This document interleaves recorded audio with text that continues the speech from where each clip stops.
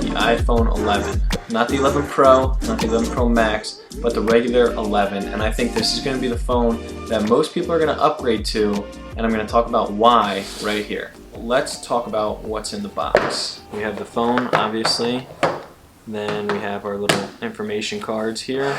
SIM card opener, some stickers, a little bit of a hello directions, regular power brick, no supercharger, sorry. Lightning port, headphones, and finally our lightning port charger. Now let's jump in. So let's talk about the incremental upgrades of this phone, because that's all they are. They're small, little detailed updates that are going to either push you to getting it, or you're going to be content with the 10 or the 10S, whatever you have. So the first thing is the A13 Bionic chip. Obviously that crushes every other chip maker out there, and it's going to get you amazing speed, and it's going to do one thing that everybody's going to be very happy about. That's battery life. It's going to be able to get you 5 hours more battery life on the 11 Pro Max and 4 hours battery life more on the 11 Pro, and then 11 you get 1 more hour battery life, but that's coming from the XR, which was already really good. So the next thing we have is a little bit faster Face ID. Now it's not going to be noticeable. You're not going to be like, wow, look at this compared to the 10S or the 10. It's just incremental, like we said. The next thing you got is different angles for the Face ID. You can unlock at some different angles, but you still can't put it on a table flat and just look at the phone to unlock it. You still kind of got to do that awkward reach over the phone with your head and look in the phone to get it to unlock. So not all angles that we want yet, but they're getting there. Then finally, the back of the phone. That is the biggest change with those square camera bumps. Love it or hate it, they are great cameras. You have an ultra wide, a regular wide, and a telephoto on the Pro Max, and on the 11 you have an ultra wide and a wide. But these cameras are great. Like I just said, they will get you amazing photos, amazing wide-angle videos, wide-angle photos, 4K 60 frames per second. That is really, really good. And we're going to get into that a little bit later. The last upgrade I'm going to talk about is the glass. Now, the glass is actually a little bit different this year. They went with a matte finish on the 11 Pros, and they went with a glossy finish on the 11s. But the 11's glossy finish feels a little bit different than the 10S and the 10's glossy finish. It's actually a little bit more sticky to the touch. I kind of like it. It's got a grippy feeling to it. So those are all the small upgrades. Now, what you guys really want to know about the cameras. Let's talk cameras. So finally, the iPhone brought night mode to the 11 and the 11 Pros, which everybody's happy about. They brought the ultra wide angle, which we have been asking for a very long time. And they brought much, much, much more detail. So we took this up against the Pixel 3 XL that I have, and the results were kind of cool. Now, we noticed that everything in the 11 was a little bit brighter than the Pixel 3. And in my last video, I talked about how the Pixel 3 kind of darkened the image. Well, this kind of captures what you see on screen. So here are some samples. I want you guys to tell me what you think, which camera's better, which isn't.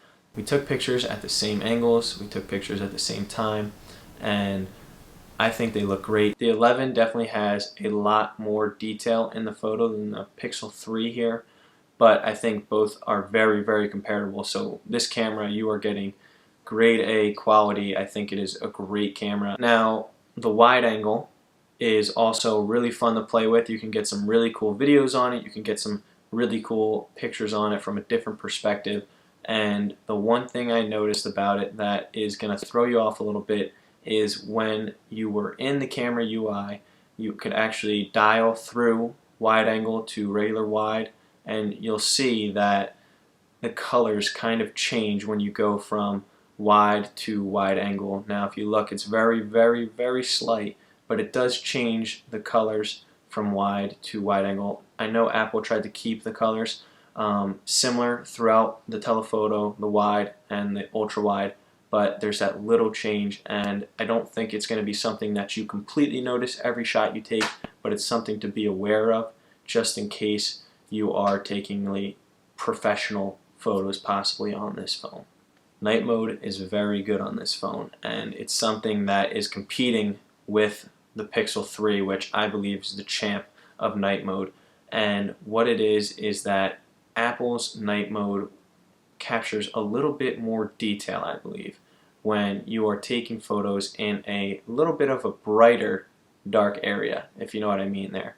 And when you go into a much darker area, kind of pitch black, maybe a little bit faint light coming out, it seems as if the Pixel 3 shines there and it takes a little bit better pictures than the iPhone 11 does. But the night mode is very, very comparable. I mean, I don't see a huge difference between the night mode on the Pixel 3 and the iPhone 11, so you're getting great night mode. You can also go from 3 seconds night mode to 10-second night mode, so if you're holding it on a tripod, you can really get some cool photos with that 10-second night mode, and they'll come out much better than that 3-second night mode would if you were just trying to hold it in your hand or something. So I know you guys are probably worried about that camera bump, but there's nothing to be worried about. It's actually really cool how Apple designed it. So what they did is they created that glass finish or that matte finish, then they created a glass on top of that matte or glass finish, and then they put the lenses inside that glass finish. It's really cool to look at and cool to feel what Apple did here.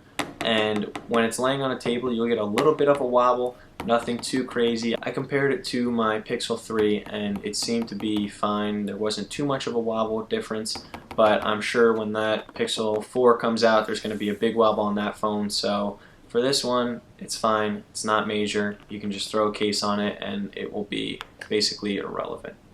So the battery is excellent on this phone. I can end the day with it still being at 40%, and that's from light to heavy use. I know I don't do too much gaming on my phone. I don't do too much scrolling through Instagram or Twitter. I kind of just open messages, read emails, and do some things like that, take pictures.